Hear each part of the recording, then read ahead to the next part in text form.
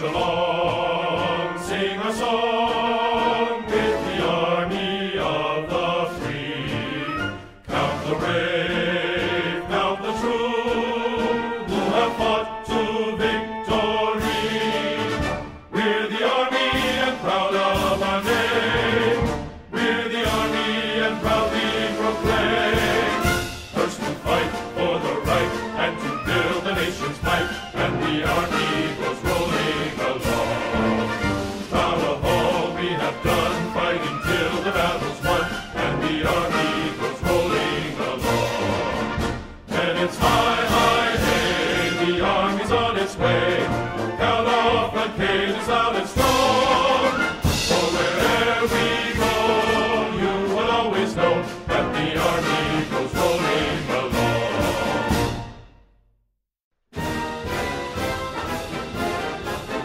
First to fight for the right and to build the nation's might, and the army goes rolling along.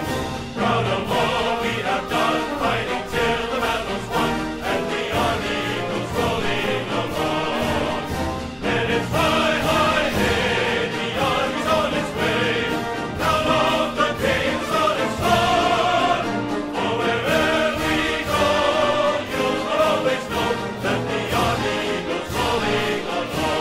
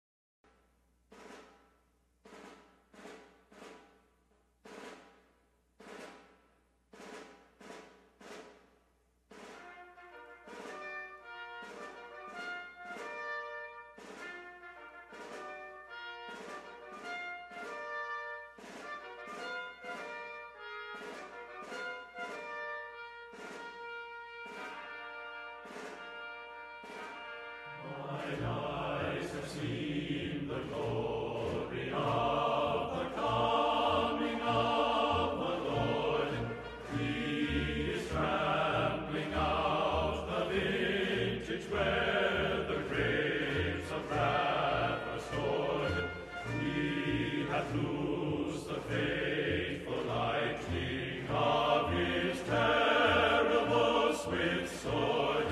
His truth is marching on.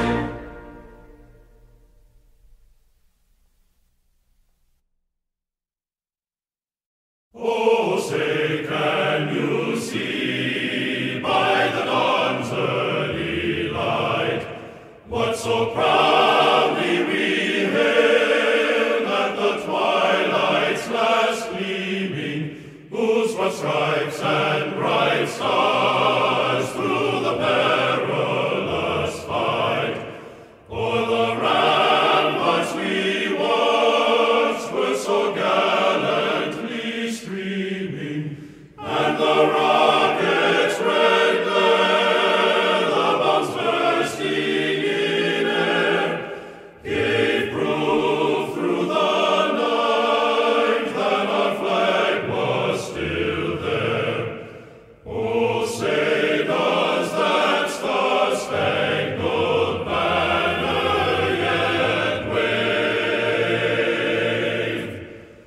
o'er the land of the free and the home of the brave?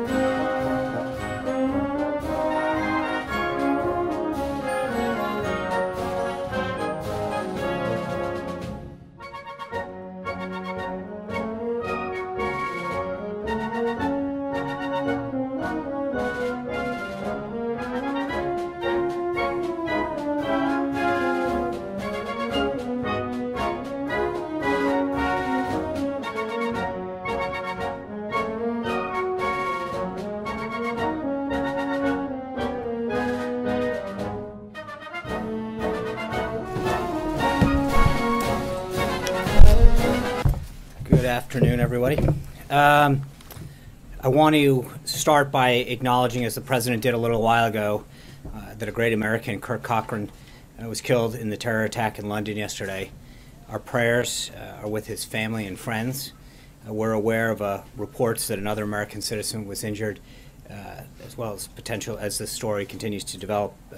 We stand ready to provide consular assistance, but considering some privacy concerns, I'm not going to further discuss this current state of any of those individuals at this time. As I said yesterday, the President spoke with UK Prime Minister May to offer his condolences and pledge the full cooperation and support of the United States government in responding to this attack and bringing those responsible to justice. Now a little bit on a today's schedule. This morning, after receiving his daily intelligence briefing, the President met with over 30 members of the House Freedom Caucus to discuss building momentum towards replacing and repealing Obamacare with the American Health Care Act. The members of the Freedom Caucus thanked the President for engaging with them throughout their negotiations, and the President likewise thanked the group for their willingness to work closely with the White House and their colleagues to craft the strongest bill possible.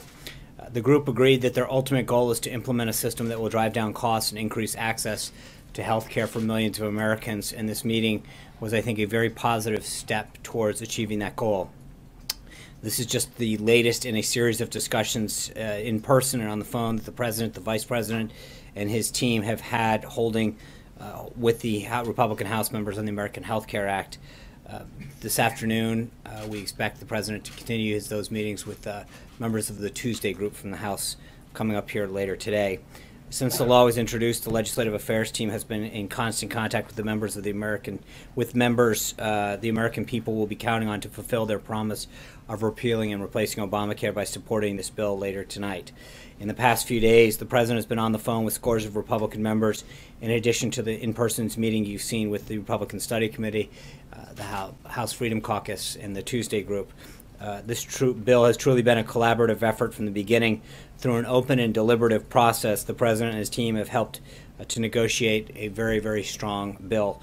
He was on the phone last night well into the 11 o'clock hour with members on an individual basis discussing their support for the bill.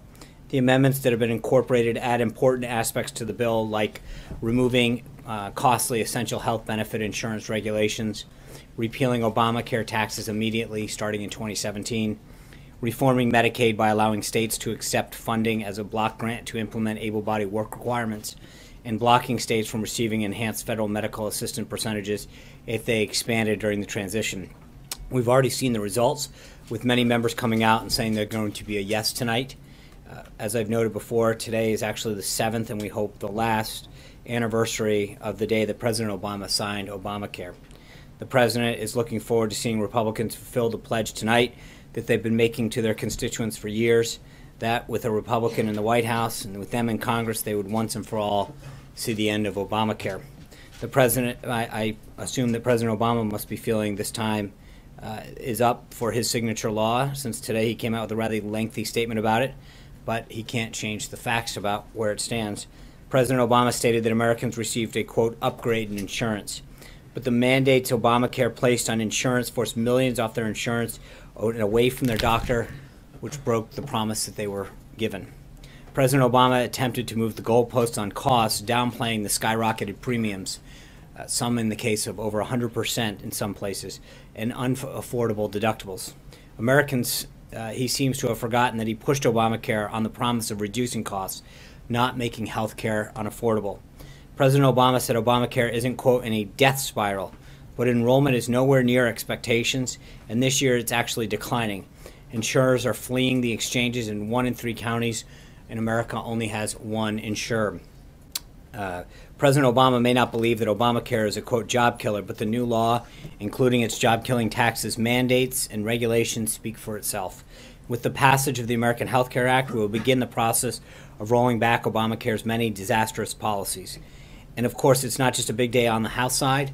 Over on the Senate, we begin the final and 4th day of Judge Gorsuch's Senate Judiciary hearings.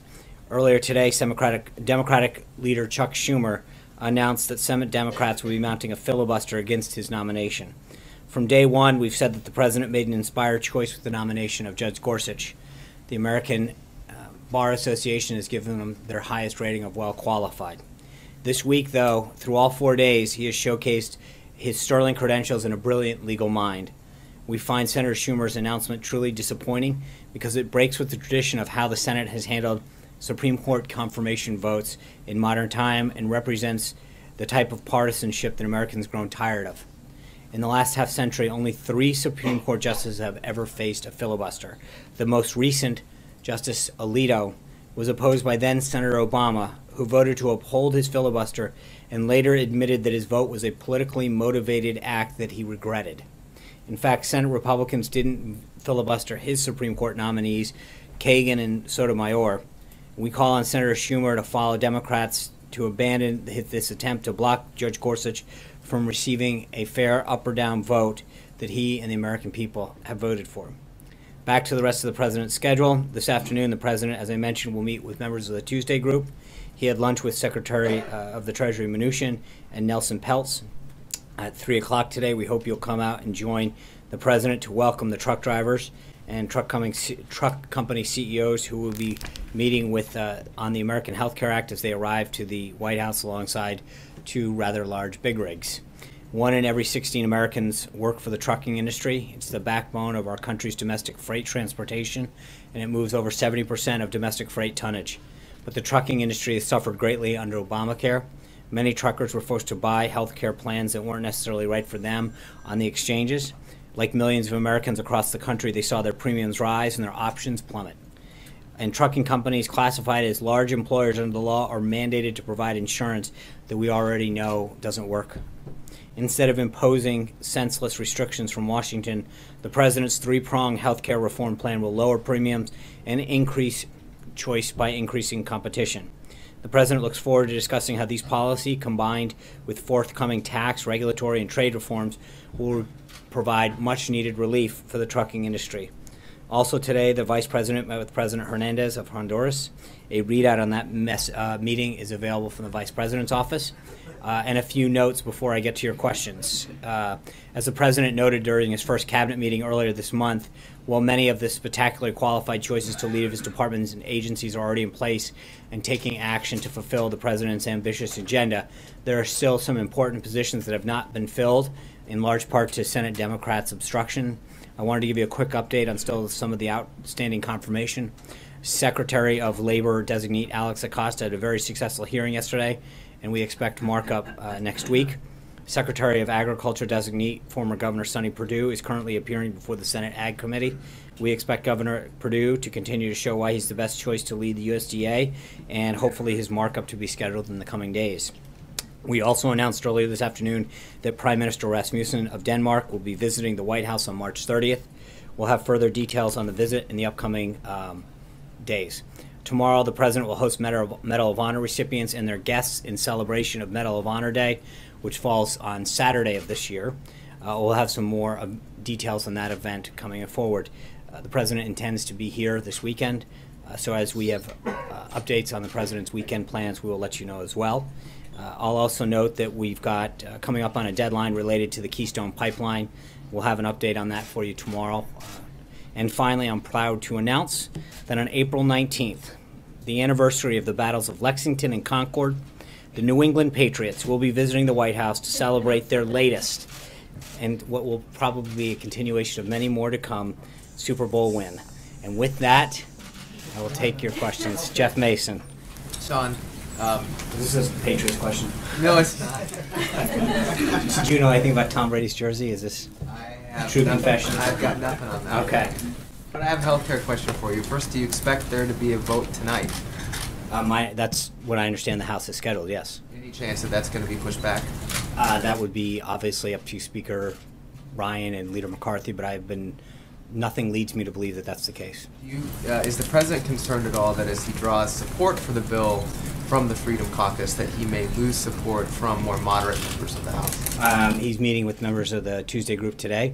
Obviously, this is something that he understands. There's a little bit of a balancing act that goes on as you try to get 216 in this case, but I think we've continued to make progress every day. We walked out with more members in support of the American Health Care Act today than we started the day with, and I continue to see that number climb hour by hour, and I anticipate that we will get there. Blake. Sean, Patrick McHenry said we have an offer. They, speaking of the House Freedom Caucus, can accept it or reject it. Is that the way that you see it at this moment? Are you just waiting on the House Freedom Caucus to come to your side? Are you at their whims at this point? What's their status as far as you know? I think there are some members who, in the meeting, stood up and told the president, "I'm with you now." And I think member by member, that's how they're going to vote. I think we've continued to see that number rise. And the same thing with the Tuesday group. There are members that had not been with us that are expressing that their willingness to want to be part of this.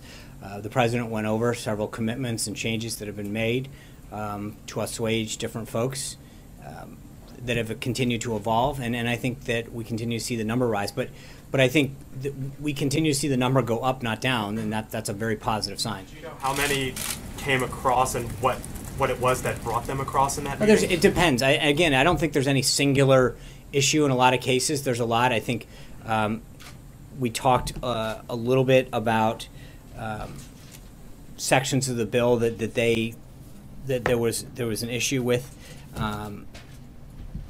And so I think there's a couple areas that there is some common ground on, but it was over 30 members there today, and some of them had specific aspects that they wanted to see improved, and some of them, frankly, came to say, "Hey, thank you. I think that what you guys have done already has been an improvement." With them, is it essential health benefits? Is that their main sticking point? In a lot of cases, there were some members that was their number one thing, but again, it wasn't universal across the board. But again, I think some of the measures that have been taken along the way have really, and again, there's also beyond that. There's a lot of discussion about phase 2 and phase 3, and I think the president and the vice president both committed to continuing working and improving and making commitments on the totality and the comprehensive nature of how we're going to do this.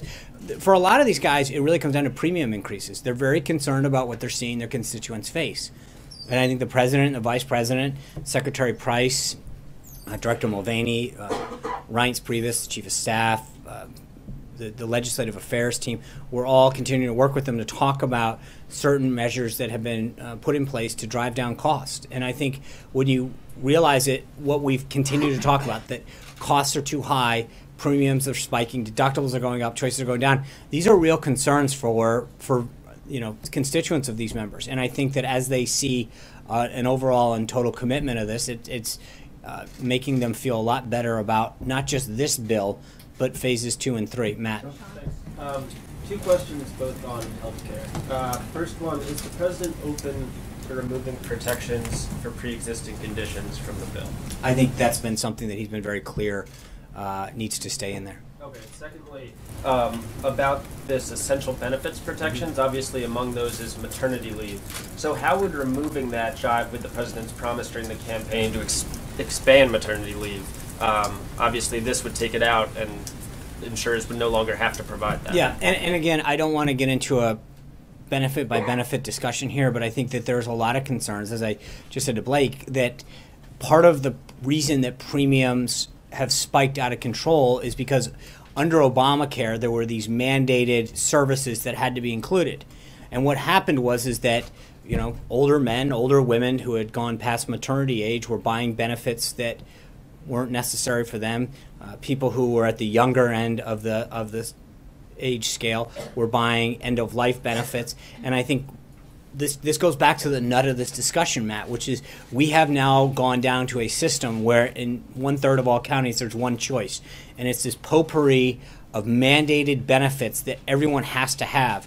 We've lost consumer choice. And so people are paying for benefits that neither they, their spouse, their family needs, which is driving up costs for everybody. And so part of it isn't about necessarily a benefit. It's about a series of benefits being mandated for that everybody. And so what has happened is that the costs of health care for every individual has gone up and the choice has gone down. And I think there is a philosophical discussion that is going on about what we can do to make sure that people have actual coverage, something that we've talked about before, but doing so in a way that doesn't drive up the cost for everybody.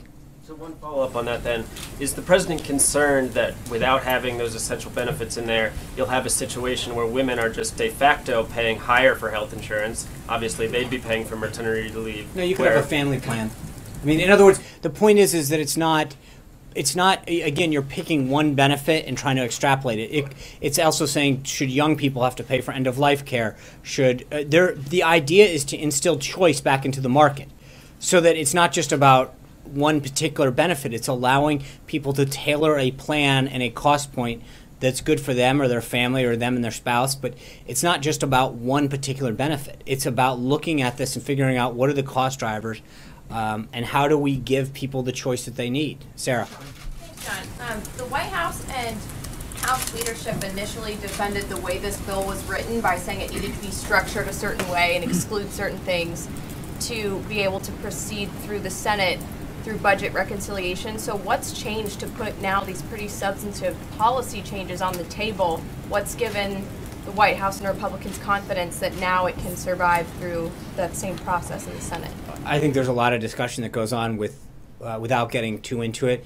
The issue at hand is the Byrd Rule and whether or not it affects the budgetary, that you can't have policy making things that don't have a budgetary impact.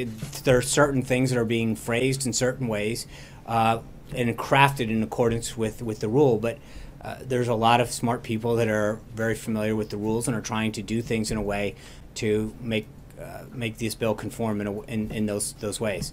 Zeke.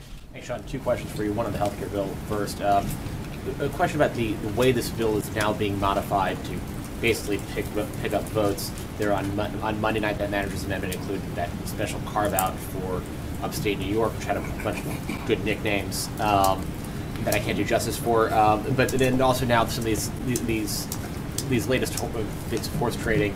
Is the president concerned that this bill now looks a lot like the procedurally what it looked like, what Obamacare looked like 7 years ago? That the Republicans have spent 7 years criticizing the way that bill was brought to the floor, and here they are 7 years later on the same day about to do the exact same thing. No, not at all. In fact, it's doing exactly what we intended to do. I mean, the exchange that we had with Matt, it's actually going, the two goals that it set out to do, it's actually doing.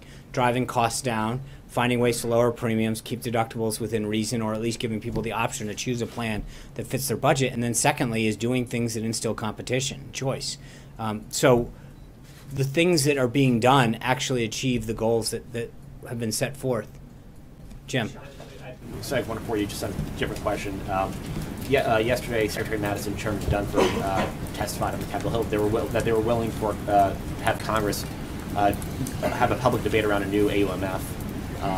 Is that something that traditionally those have started from in the executive branch? Is the White House willing to put one forward and willing to begin that round of discussions? I refer you back to Secretary Mattis. I think that is one that the Department of Defense is. So we should think that statement is operative for the White House, that the White House now is calling, would like. No. I think that was brought up in the context of a conversation that he is willing to have with respect to overseas contingencies that are existing right now in the battle, especially with respect to ISIS, and the current tools that we have to combat them. But I think that was a discussion about whether or not we should have a discussion on authorized use of force or not, and how to have that. Jim. Oh, I'm sorry. Now that Chuck Schumer has announced a definite filibuster of Judge Neil Gorsuch, do you think it's time for the White House to take a stand on eliminating the filibuster for Supreme Court nominees? I am not going to. I'll let Senator McConnell is a much more apt user and understanding of the Senate rules. I am not going to start to tell Senator McConnell what he should be doing from here. It's your nominee, and I understand that, and it's his rules and his chamber that he leads. So I'm going to let that, John. Sean, thank you. Has anybody from the National Security team or the Homeland Security folks been in touch with their counterparts in London in the last 24 hours or so? Yes. Can you expound on that at all, or for not? Only to the extent to say that they've been in touch to evaluate, offer assistance, and again, I'm not going to get into a classified discussion about what we may or may not be discussing. A supportive effort, needless to say. Yes. Okay, thank you. Thanks, Sean. Chairman Nunes today refused to definitively rule out that he received the information he announced yesterday on surveillance, that he got that from the White House. So will you rule out that the White House or anyone in the Trump administration gave Chairman Nunes that information? I don't know what he actually briefed the president on, but I don't know why he would come up to brief the president on something that we gave him. Well, that's why it was confusing to many of us. So I was Right. wondering, yeah. I don't know that that makes sense. I did not sit on that briefing. I'm not. It just doesn't. So I don't know why he would brief the speaker, and then come down here to brief us on something that we would have briefed him on. It doesn't really seem to make a ton of sense. So I'm not aware of it, but it doesn't really pass the smell test. Hallie. Thanks, John. On healthcare, a couple for you. Mark Meadows says came out of a meeting. He said there is no deal. Right. Does the president acknowledge that this bill appears to be in trouble right now? No, I think that we're going to continue. I mean, it's not a question of trouble. There's no deal. We weren't asking for a deal. The You president. wouldn't call this essential health benefits package a deal? No, I think for a lot of members it was, and I think some of them stood up and said, "Mr. President, we're with you." I think a lot of them said, "We're going to go back and think about it," but there was no.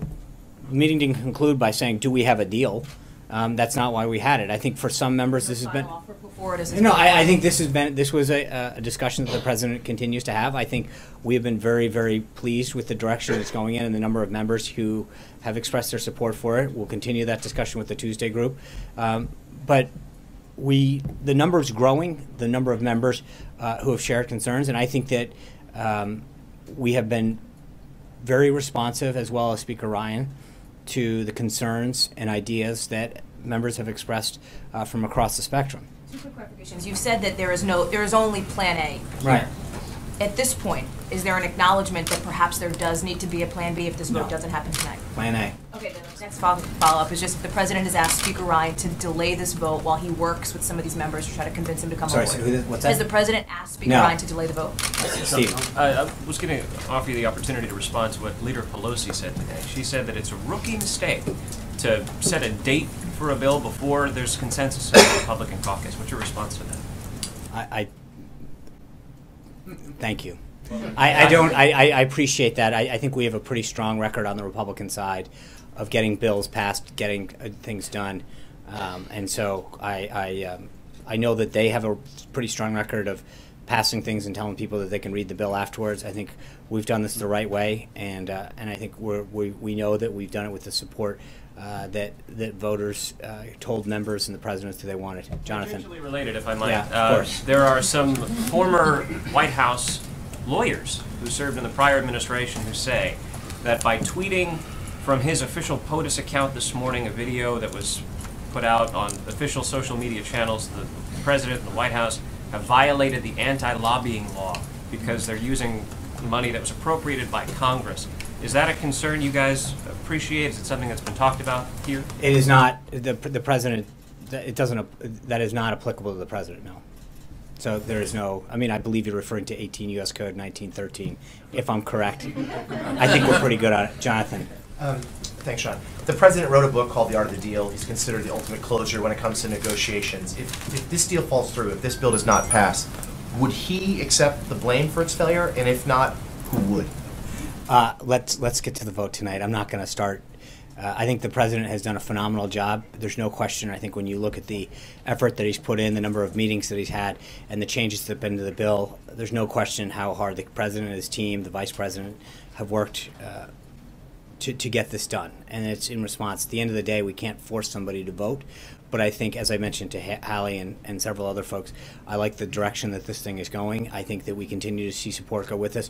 We're not seeing people fall off. We're seeing people come on board. That's a great trajectory to have, and so I like where we're headed. Yeah. Two very quick clarifications on previous answers, and then a real question. I think the issue was with the anti-lobbying law, not what the president had done, but what White House staffers were doing with their official Twitter accounts. So while the law does not apply to the president, there's a question about White House staffers. Okay, so do you want me to answer that one? Sure. Let me read from you from 18 U.S. Code 1913. The Department of Justice consistently has construed that the Anti-Lobbying Act as limiting the lobbying activities personally undertaken by the President, his aides, and assistants within the Executive Office of the President, the Vice President, Cabinet members within their areas of responsibility, and other Senate-confirmed officials appointed by the President responsibility. So there's clearly a carve-out for that. Next. When you're talking about the Byrd rule earlier, can we read from your answer that Vice President Pence does not at any point intend to overrule the Senate parliamentarian? It's not a question of overrule. You don't overrule. The Senate parliamentarian makes interpretations. Sure. It's up to the presiding officer So You understand the I thrust do. of I it. understand, but I also understand how the Senate works, and the presiding officer determines. The Senate parliamentarian is asked for guidance. Sure, and if the guidance from the Senate parliamentarian is that something would violate the Byrd rule, would Vice President Pence? I'm not going to answer hypotheticals about what he may not do, not on this bill or anyone other. You got one. Let's. Just finally, CNN reported yesterday that U.S. officials believe that are investigating that associates of President Trump communicated with suspected Russian operatives Right. to coordinate the release of information damaging to Hillary Clinton's campaign. I'm wondering if you can respond to that or say Yeah. definitively that they did not do so. So let's actually look at what CNN reported. They reported that anonymous U.S. officials have told them that information indicates that association of the campaign and suspected operatives coordinated, which they admit is not conclusive of anything, is bordering on collusion. The last line of the thing said, quote, "The FBI cannot yet prove that collusion took place." I think there's probably more evidence that CNN colluded with the Clinton campaign to give her debate questions than the Trump campaign gave any kind of collusion. So I think when it comes down to that reporting, it is filled with a bunch of subjective terms about this person may have done this, possibly could have done that.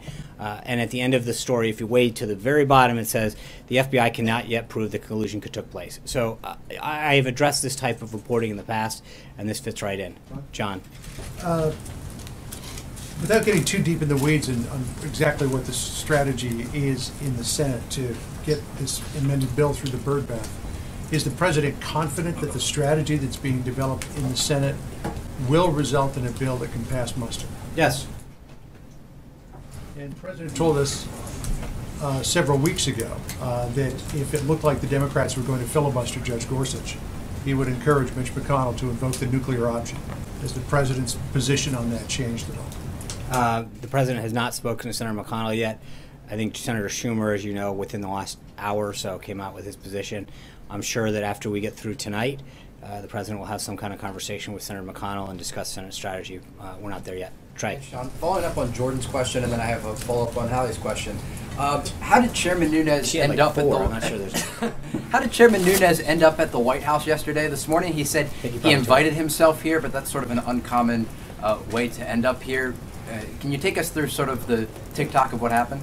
No, I don't know how he got here. I assume in a car, but I also don't track him. I think I don't keep his schedule either. I don't. No, I don't. He literally gave a press conference as we were starting and saying, "I'm going to go down to the press conference, down to the White House." After he briefed the press. Was this the first time that the White House was made aware of the surveillance that he brought to the President yesterday? I believe that the information that he shared with the President was new. And then the follow-up on health care, is there any sort of plan if the bill does not pass tonight? What is the plan B? It's going to pass. So that's it. Caitlin. Now that you've been briefed, I know yesterday you hadn't been, everything had just happened. Can you say if the information that Nunes had is the same information that the President said he had that would be revealed this week? We're not going to. There's my understanding, because I was not briefed on the contents of that, was that he spoke generally about what he had seen in these reports that he had been made privy to, but that there was further details. He wanted the President to know what he had seen and that it wasn't related to Russia, but he's continuing, again, all of his public comments are that he is going to continue to pursue this, and they'll have further updates later, but I'm not aware of the specific nature of it. Cecilia. Wait, one more question. Yeah. What will the President's reaction be to Republicans who vote against the health care bill tonight, and are they being encouraged to vote their conscience? Well, I think I've addressed this before, but I think the President's made very clear that Republicans in particular have made a commitment to constituents and to the American people that if given the opportunity to have a Republican president, a Republican Senate, and a Republican House, that they would enact a repeal and replace and put into it a patient-centered health care. I mean, he believes, as he mentioned when he met with the House conference, as he mentioned with the members of the Freedom Caucus today, and I think in several meetings, that this is something that we've talked about. You've taken a bunch of these free votes when it didn't matter because you didn't have a Republican president, and you got to vote for repeal and go back and tell your constituents something like 50 times. Well, this is a live ball now, and this is for real, and we're going to do what we pledged to the American people and keep our word. And he's made it very clear that part of the reason that he got elected is because he went out and made a series of bold pledges to the American people about what he would do if he were president, and he's acting on those. And he's acting swiftly and boldly with respect to this in particular. and that he believes that not just him, but that members of the House and the Senate have an obligation to fulfill the promise and the pledge that they made to the American people. Cecilia. Regardless of what happens tonight, will we hear from the president? Will he come out and make a statement? I think it's going to depend on what time the vote is. So I don't want to commit. I'm sure in some way, shape, or form we'll have some kind of comment. And similar to the question you were asked here, but is the president, no matter what happens, prepared to take responsibility for the outcome of this bill? What in what way? Whether it succeeds or fails. His name is on it. A lot of people think so. Well, I think that in the sense that we've been very clear about this is a priority of ours and we worked with them. But again, I go back to, at the end of the day, we can't make people vote. We've done everything we can to listen to them, to incorporate their thoughts, to incorporate their ideas, to make the bill as best we can. But it's a balancing act, make no mistake about it, that there's a full spectrum of folks in the House that have disparate desires. But I think we can all commit that this is the one vehicle that's going to repeal something that almost every single Republican that I'm aware of has pledged to do if they were reelected or elected. And I think that there's a desire to that. Well, we understand that not every member is going to find this perfect. That's what happens when you need to get, in this case, 216 votes. But it's the best bill that takes into consideration all of the concerns and all of the goals and all the values. And I understand that in a lot of cases, some of it isn't a question of the policy. It's a question of the timing and some of the things that people want that are happening in phase 3 and phase 1. But as we've addressed, the Byrd rule, which is, to most people this arcane thing, probably even in the House, that don't have to deal with it in the Senate, that deals. And if it is loaded up with things that are stricken, then it doesn't serve us any good. I think that we have put together a very comprehensive approach to addressing how to actually repeal and how to actually replace. I think the president walked through with the House Freedom Caucus today several of the administrative acts that Secretary Price would be taking in accordance with the authority that was granted to him by the Obamacare legislation and by some of the actions that Secretary Sebelius took back in 2009. There's a lot of concern among members about some of the sequencing on things, and I think that we have continued to not. So this isn't just about policy. Some of it's about sequencing and timing, and I think the president and the vice president and the rest of the team have done a lot to reassure them on the sequencing and how this thing is going to act. So that discussion, I think, has continued to be very productive to reassure members how this thing is going to happen and take place. Amen. Thanks, John. A moment ago, you said there were some members of the House Freedom Caucus at the meeting today who were no's, who stood up and said, Mr. President, I'm with you. Can you tell us how many of those there were and what their names were? Not yet. Well, I'm not, because, and I'm not trying to be cute about this. I think as we do this, as we do the whip count, I think, as you can imagine, that we've got to make sure that we don't, that this balancing act, and you've got to now make sure that certain people don't fall off the end as you pick up certain people. And so we're keeping that vote total rather tight right now, but I feel very buoyed by the direction that we're headed in. Can you give us a sense of what specific offer was made? There's been reporting that the final offer was put on the table for these guys. What specific changes did the president offer them today that were new that we haven't seen before? It's not just changes, as I mentioned to Cecilia. Part of this is some of the administrative stuff and making sure that they have reassurances that certain things that Secretary Sebelius enacted when she enrolled the bill, when enacted the bill, that will be acted upon immediately, and so there was an enumeration of some of those things, and a commitment on some of the other aspects of support that would be given for the Phase 3 bills about buying across state lines, increasing HSAs. There was a lot of talk about that, and that's where I think a lot of this comes down to right now, especially among those members. They feel very good about the changes that have been made in the manager's amendment, and they feel very good. There's some question about the commitment and changes that might take place in the Senate, and so that there was a lot of, can we count on this when this happens? So I just want to, some of this is working that way. Goyal? Thank you very much, John. 2 questions, please.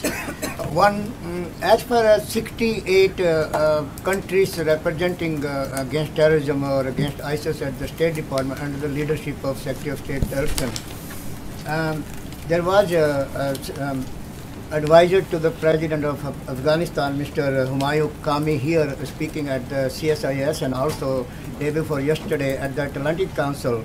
He was addressing Mr. Salahuddin Rabbani, who is the foreign minister of Afghanistan. What they both were saying or addressing the audience at these two think tanks, that unless we control two countries who are financing and training, Saudi Arabia is financing in the name of charities, and Pakistan is training. So what is the presidential message to this group? At the same time, there is a Mr. Afzal Saeed who is wanted by the US $10 million. There is a bounty on him, and he is openly spilling hatred against the US and India in Pakistan, in Lahore. So where do we go from here? So look, Secretary Tillerson's in the meeting of, or have been going through this meeting with 68 of those members that are committed to addressing Syria and ISIS. I'm not going to get ahead of the internal discussions that Secretary Tillerson's having related to the administration's review of Syria's policy in particular. But I would stay in touch with the State Department on that. John? My question, please. Okay. As far as President's relation with the Indian American community is concerned, it goes back 40 years. It was 1976 when a spiritual leader came from all the way from India to New York City, and he wanted to have a parade, Festival of India in New York, but they didn't have any resources or sources. But Mr. Trump, that time, Donald Trump, came out and helped the group to go on this festival. But now, candidate Trump was also among the Indian American community celebrating Diwali in New Jersey. Same group who has been now at the White House this weekend, a peaceful prayer and vigil. They are asking the president to come out or meet the Indian American community against hate crime, or somebody from the White House. Well, I think we've discussed the nature of hate crimes in the past, and we've condemned the act that happened in Kansas earlier this year. Obviously, I'm sure that this is a very important issue for them. The president's right now focused in particular on getting Obamacare repealed and replaced. The issue in London, there's a lot that's occupying his time, and I'm sure that we will continue to monitor that situation as well. Mara, maybe someday. We'll see. Yeah. The president said to Tucker Carlson that he wasn't going to, if his people weren't taken care of, he wasn't going to sign anything. And I'm wondering what he says to people who voted for him, who relied on the provisions for opioid addiction, things that were included in those essential health benefits, if they go away. With respectfully, I think that's a false choice. Again, the problem with Obamacare is it took all of these benefits, mandated that they had to be offered, and what happened is it spiked insurance rates, it spiked deductibles, and choices went away. And the point isn't making a benefit go away or not, and that's why I think it's respectfully a false choice. It's actually offering options to people. It's literally like any other service or product that we have here in this country, where you can buy what you want. Sometimes it's at a lower price point because that's what you can afford. Sometimes you buy features on a product because you want those features. Sometimes you determine that you don't need. But people should have choice in the healthcare market just the same way that they do in almost every other industry. I mean, that's the point. It's not about giving or taking. It's about the point that they are being mandated in a way, and that's the point, is that people should buy what they want and what is appropriate for themselves or their family. I mean, right now, where do the essential health benefits stand? That they're going to be part of this bill, or still? I think my understanding is they're part of the House bill. Yeah, Alexis. So just to follow up on Mara's question, I think part of the inherent question is a lot of people buy insurance not knowing what they're going to need. So Mara suggests. Well, I think if you're an older man, you can generally say that you're not going to need maternity care. That's possible, but here's the question Mara was suggesting. Opioid and drug addiction, you don't buy your insurance and say, I really need that backup coverage because I think I'm going to get addicted to painkillers or opioid drugs. So the question is the president confident that the kind of choice he has ambitions for would be offered by insurance companies on their own volition? I think several plans, I'm sure. I mean, again, you're asking, I think there's a market for things, but like anything else, I don't think you buy insurance for anything, Alexis, guessing, saying, hey, I assume that if my house burns down, I'm going to need to replace all these things. You buy insurance, that's the whole point of insurance. And I think when people look at it, they're going to buy what they may not need, but they're going to evaluate it. And that's the same thing when you look at a retirement plan or car insurance or anything else. You evaluate what your needs are and then make the decision what's best for you or your family. Sarah. President Trump did not collude with suspected Russian operatives and coordinate on the release of damaging information to Hillary Clinton's campaign. So say the first part of it again. Can you say unequivocally that associates of See, I President think Trump this is, with all due, again, yeah. And this is, the way that the term associates is flown around, I don't understand what that means. If you're talking about employees of the campaign, employees of the transition, or in the White House, that's one thing. But the way that this term associates gets thrown out, and again, we talked about this yesterday, you pull out a gentleman who was employed by someone for 5 months and talk about a client that he had 10 years ago. No, I can't unequivocally say that nobody ever in his past who may or may not have come in contact with him, who sat next to him at a plane, who grew up with him in grade school, because that's a lot of times this associate. The gentleman, Paul Manafort, you're referring to as a campaign chairman. No, I get it, and you're going, right, no, I understand who he is. Thank you, I'm well aware of Paul, as I read it out yesterday. But the point that I'm making is when you use a term like associate and you use all of these subjective terms, there's a reason that you're doing it, which is because you don't have anything concrete. If you do, come back to me and ask, does anyone in the White House? Is anyone in the transition? But when you throw out a vague term like that, it's a catch-all. Can you be certain that no one who works for Time Life Turner has ever done anything illegal? I think that's a pretty broad way of casting a net that, or who has visited the building. I mean, that's what you're equivocally saying. Question of anonymous sources, I mean, you clearly have an issue with the way that they have been used among intelligence officials, but people in this White House are often on background. They are often appearing as anonymous sources. Devin Nunes has used an anonymous source to present his intelligence.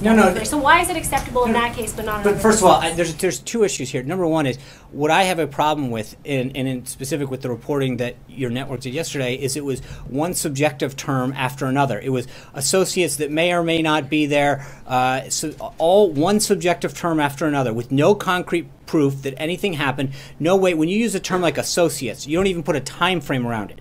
It's a little bit nebulous at best to suggest that somebody over and over again making a claim the way you do and the narrative continues without any substantiation. When you're talking about Nunes, there's a reason that with someone who's dealing with classified information can't go out into public and reveal certain things because no, that's not what he said. I don't think he ever said that anything wasn't classified. But there are certain things that the methods. Able to talk about it because it was not classified. No, he's able to talk about the subject. He cannot talk about the specifics. Would be my suggestion, that you can't talk about specifics of a case in terms of the sources and methods and the individuals. Because part of what's happened is that a lot of the individuals who've been masked or unmasked are supposed to be classified. So just because something's gone into the public domain doesn't make it any less unclassified. That's the problem. Sean, the nuclear posture review is commencing with this administration. Can you assure us that everything is on the table, including a lifting of a moratorium on nuclear weapons testing and also developing new nuclear warheads? I don't have a full readout on that at this point. I'll either get back to you, I'll have someone from the NSC, so get back to Katie. You keep saying that there's not a plan B for healthcare. President Trump has repeatedly said that Republicans should just allow Obamacare to collapse because Democrats will own that, and therefore maybe we shouldn't do anything about it. But it's not fair to the American people to do that. Is the reason there's not a plan B is because the president's plan is to allow Obamacare to collapse? No, the president's plan is to pass the bill tonight, get it onto the Senate, and then sign a bill once it goes through conference. That's the president's plan, and that's what the president's been, fighting for it. That's why the president's been trying to make it stronger and stronger every day. But I think he states a very clear reality, which is that if it doesn't do this, that it is a false choice to compare what we're doing with Obamacare, because Obamacare is collapsing. The premiums are skyrocketing, the choices are going down, the deductibles are going up. There is no equivalency. Something is failing, and we're actually trying to get rid of it to help the American people. And the point the president's making is the politically expedient answer is to do nothing. But I think for the sake of the American people and the needs that they have in terms of health care, I think we owe it to them to do the right thing. So on the follow-up question, who is the president holding accountable for the split in the Republican Party not being able to get this bill done, the struggle that it's taking to get the votes at the last minute? Is he holding Republican leadership, Paul Ryan, accountable for bringing a bill to the table without having consensus from the Freedom Caucus, or is he holding the Freedom Caucus accountable for opposing? I think right now we're not focused on blaming. We're focused on getting it done and winning. Criticize President Obama for the way he sold Obamacare, and there may be some validity to that. Thank but you. Candidate Trump, President-elect Trump, and now President Trump have been selling this legislation as coverage for everybody, lower premiums, lower deductibles, and better health care. Thank you. Hasn't he put Republicans on the spot with this legislation? Sure. By selling it that way? But it is. So yes, thank you for the advertisement. I appreciate it. I think that's what. Of course it can. It will do that, and that's what the point is. But I think that there has been I think there is some concern, as I mentioned earlier, about the timing, and I think we have continued to allay a lot of those concerns because of the rules that they are. And again, one of the things that is tough to explain to a lot, or not tough to explain, but just the reality, is that if we don't do it the way that we're going to do it, we need 60 votes, and we're not going to get 60 votes in the Senate for this bill. The Democrats are united in stopping any progress being made on this. And so I think the point that we've had to make over and over again is, I get it. In a perfect world, if we had 60 votes, we could do this in a very, very different way and have a much more comprehensive legislative strategy.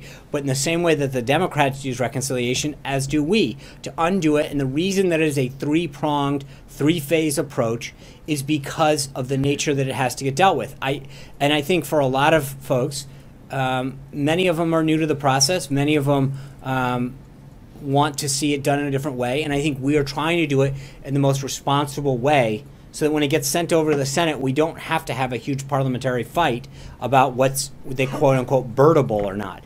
And that's, while most people don't want to, fully appreciate the nuances of that, it's a reality that we have to face if we actually want to get it done. And I think that makes a big, big difference. Peter. Sean, yesterday when Chairman Nunes was here, we heard his comments. Today, behind closed doors, he apologized to the committee for not coming to them before he came to the president. He expressed regret for the way he handled this, going public and going to the president before speaking to the members of his own committee. So I guess my question is, why was it appropriate? Why does the White House believe it was appropriate for Chairman Nunes to come and give this information to the president regarding an investigation about the president's own associates during the campaign? Well, two things. One is, it wasn't, as has been asked before, to ask me why he did something. He made a decision. He briefed. Hold on, you were getting there. I saw you've seen it enough of you, Peter. I know where you're going. I know where you were going. But the reality is that he made a decision. He briefed the press first. No one had a problem, by the way, in the press corps of getting briefed before everybody else. He went down. He briefed your colleagues before he briefed anybody else. I don't hear too much crying about that. The reality is, and then he made a statement and said, I'm going to come down to the White House and share this information with the president. As has just been noted, he didn't give us a heads up. He told us, he made an announcement. He said, I'm coming down to the White House, asked for time to share this with the president. And I think part of the reason, to be clear to your question, is specifically to say that there is a big difference between any discussion about what's going on in Russia and why this intelligence was picked up. His comments yesterday were very clear. The intelligence and the information that he picked up had nothing to do with Russia. And I think he felt as though, according to his own words, they had an obligation to make sure the president knew what he had discovered. That's it, plain and simple. So to be clear, though, just because appearances matter on this, doesn't the White House have a concern that it creates the appearance that there was potentially interference by the president, that he was included in conversations about the investigation before it was completed? My concern, to be perfectly blunt with you, is that it's always you seem to have an obsession with the process and not the substance. At some point, hold on. The president's the one who wants the conclusion. He asked for it, so I'm asking, I understand why did he that. ask for details before it was completed? Because as Chairman Nunes said, and again, I'm just going to make it clear, because he said that he wanted to make it very clear that the discussion and the revelations that he had were did not regard anything to do with Russia, and he wanted the president to understand that. But there seems to be this obsession with the process. How did he get here? When did he go? What was the reaction? at some point there should be a concern about the substance. That's a very serious revelation that he's made about what happened during the 26th election with respect to our side and some of the things that happened. And at some point, I would implore, urge, beg some of you to use some of your investigative skills to look into what actually did happen. Why did it happen? What was going on back there? Who knew what when? But I think that there should be a similar concern as opposed to figuring out whether he took a skateboard or a car here to exactly what happened and why it happened. And the reality is that whether he briefed us first or he briefed the Democratic members, and that's up to him to decide, the substance of what he shared should be troubling to everybody. And that's what I think is the important thing. So to follow on this thought, I want to ask you, at CPAC, President Trump said people, quote, shouldn't be allowed to use sources unless they use someone's name. He said it does, quote, tremendous disservice. It's following up with the conversation you started with Sarah earlier. So I guess the simple question is, Chairman Nunes came out, he noted sources that he couldn't create and provide publicly. So why, when it's politically advantageous, is that use of sourcing okay, but when it's politically damaging, it's not okay? No, I think there's a different, he came out and briefed people on what he knew at the time and said he was literally going to get further briefs and would have further updates. That's a big difference than reporting and making a serious allegation. In fact, he was doing quite the opposite. He was vindicating the president and saying, there is something that you need to know about the substance of the allegations that are being made against you and why that may or may not be the case, because some of what I've seen... If he had not been vindicating him, wouldn't it have been just as important for the president to learn? Sure. And I think maybe he would have, and then you probably wouldn't have any concern with that, would you? My question is to you. Margaret. Following on that, two questions. You said again the word vindicated. The president said he felt somewhat vindicated. Did he feel that having Chairman Nunes come down here helped his own credibility? I think it's reassuring to know that that what he discussed, well, again, the chairman made it very clear that he's not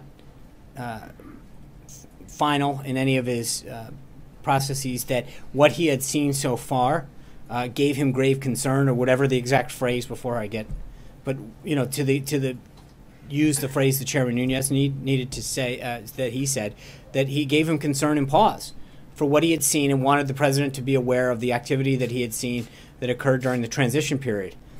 I think that's an important, so I think, yes, the president did, it was helpful for the president to know that the investigation, as he had asked for, was starting to bear fruit. And again, I think the equally important thing to note about yesterday was that part of what Chairman Nunes said was that it had nothing to do with these allegations and narrative about Russia. And I think that is a very, very important narrative to be clear on. And are they going to meet again? And after the conversation, since they spoke directly, did the president accept Chairman Nunes' finding that there was no wiretapping at Trump Tower, which he said yesterday? Well, one, I don't think the first one wasn't planned. There's nothing planned for the chairman to come down again.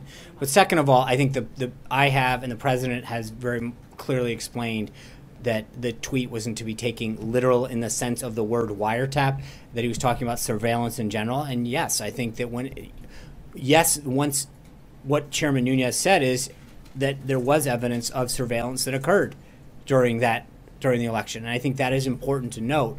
Again, I think the obsession is with the process of how he got here and what time he left and who he briefed first as opposed to the substance of this issue. But I'm not going to, all I'll tell you is the public comments that he made to you and your colleagues both here and up on Capitol Hill was that he was very concerned with the surveillance that he had seen and reports of surveillance and individuals who had been masked and unmasked during especially the transition period. I think that should express concern for a lot of individuals. So the president's confident that Chairman Nunes can continue to lead this investigation and, in his view, be Absolutely. impartial, because there have been Yes. some questions about that, including from Republicans. Yes. Thank you guys very much. I'll see you tomorrow. Have a great one.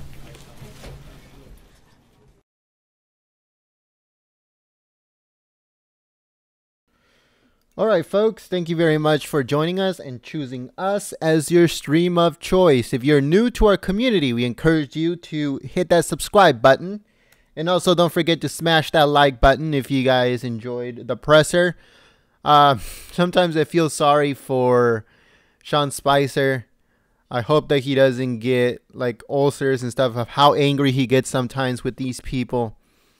But, you know, he understands that the mainstream media is the opposition party.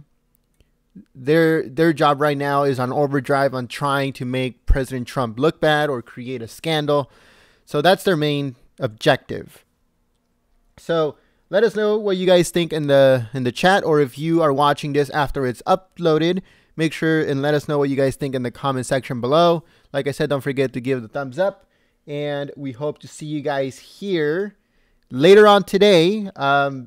The repeal of Obamacare is set to be voted on today, so we will stream it here live. Make sure to check out the channel later on. All the information will be on there, and we will stream that for you here live. If you missed any part of the presser, it will be uploaded in just a few minutes, so make sure to check back. Thank you very much, everyone, and I hope that you guys come back here to Golden State Times for all of your news, rallies, events, pressers. We stream absolutely everything, and we also upload news videos. I'm hoping daily, but you know, sometimes we're too busy, so we're gonna try to get as many videos out as possible. But I hope that you guys support us, and check the links in the description below, and I'll see you guys soon. Peace. Also, thank you very much to the moderators for keeping the chat clean and enjoyable for everyone. So, thank you very much, and I hope to see you guys soon.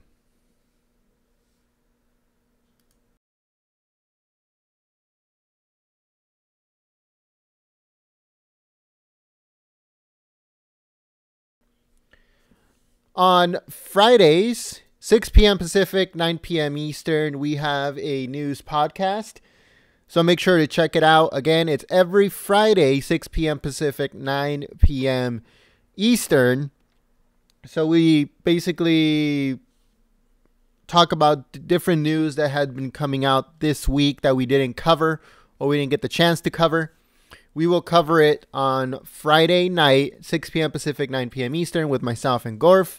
So if you want to check it out, it's coming this Friday, 6 p.m. Pacific, 9 p.m. Eastern.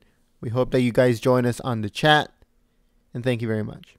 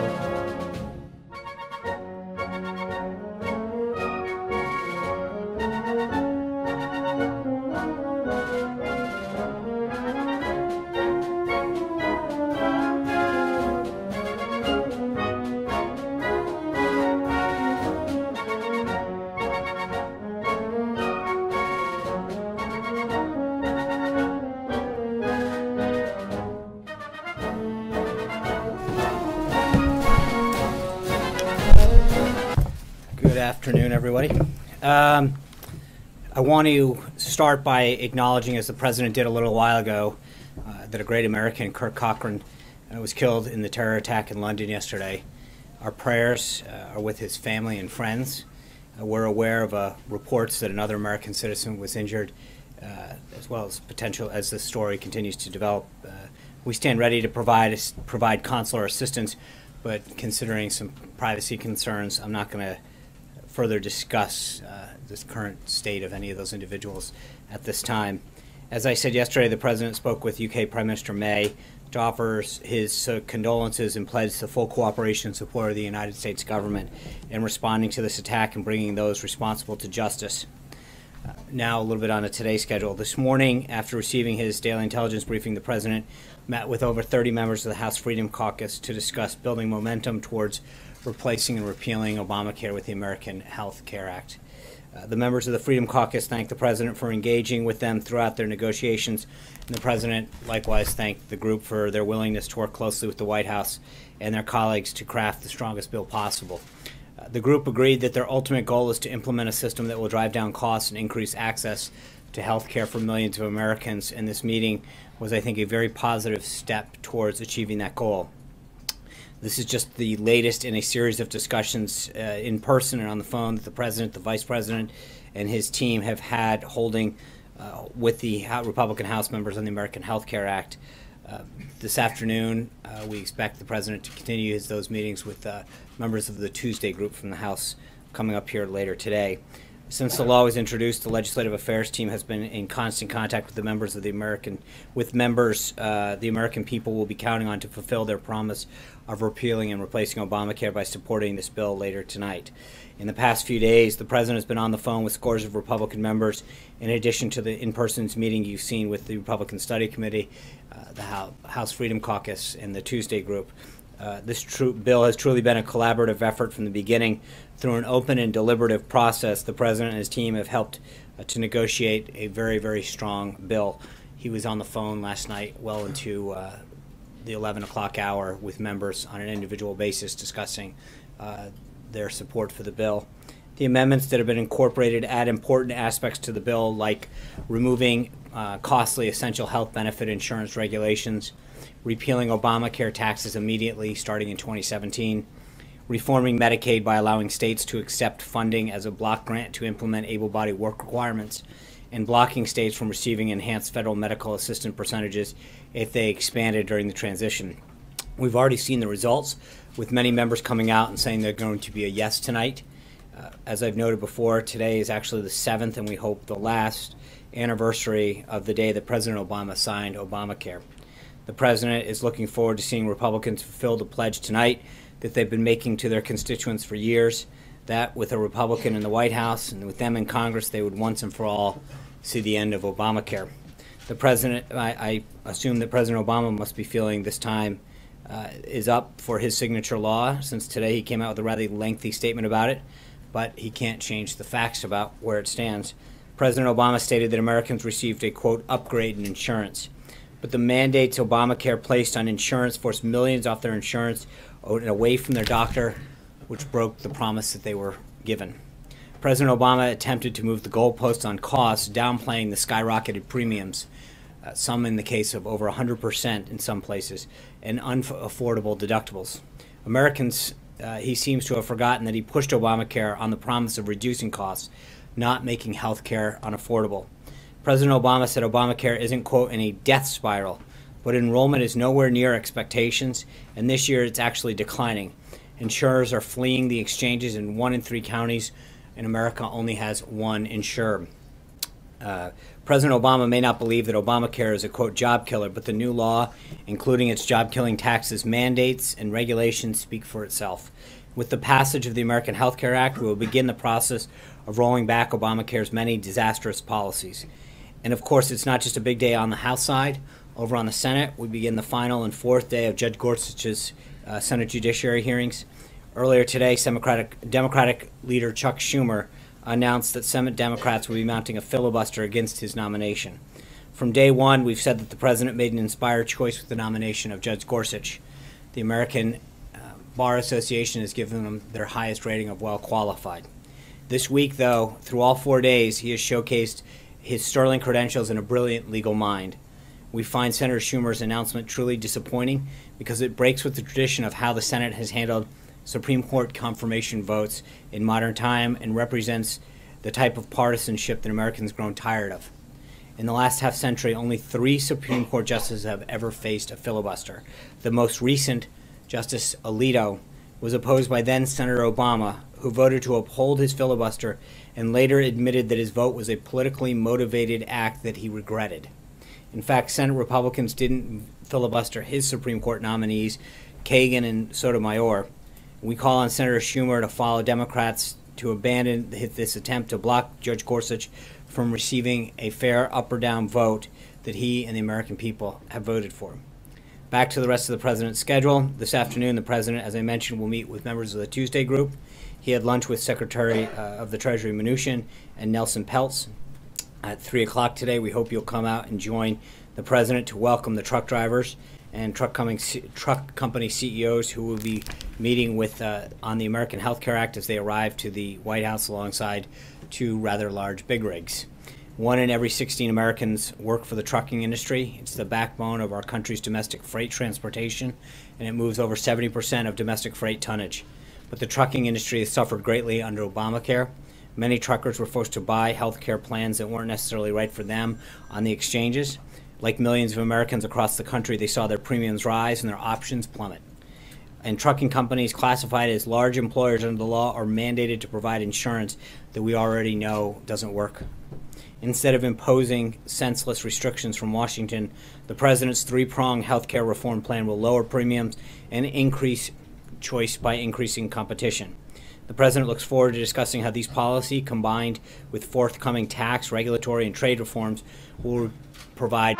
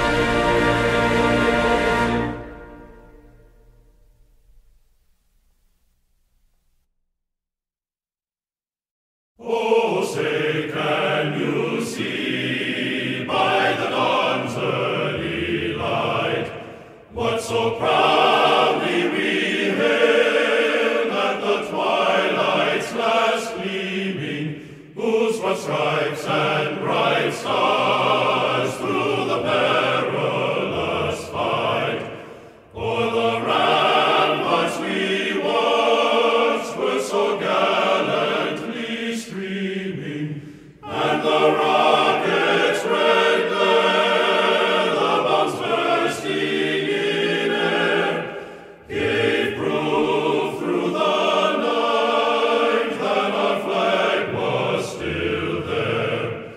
Oh, say does that star-spangled banner yet wave o'er the land of the free and the home of the brave?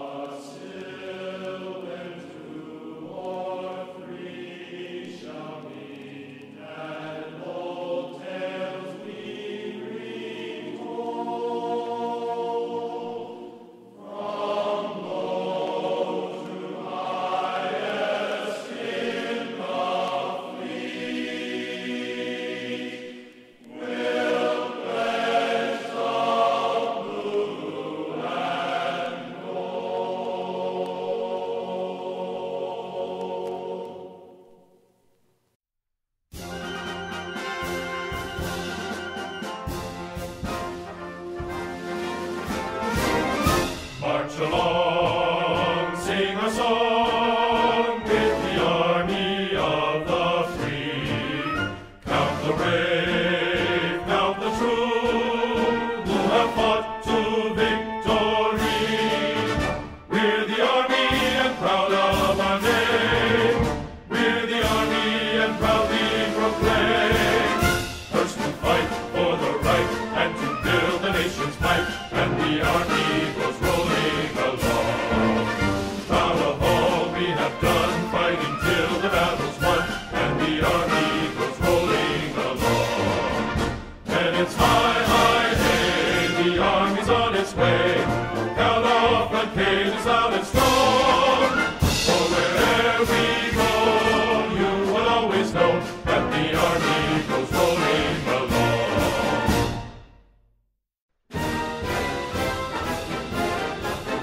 First to fight for the right and to build the nation's might, and the army goes rolling along. Proud of all we have done, fighting till the battle's won, and the army goes rolling along. And it's high, high, hey, the army's on its way. Count off the days on its run. For wherever we go, you will always know that the army goes rolling along.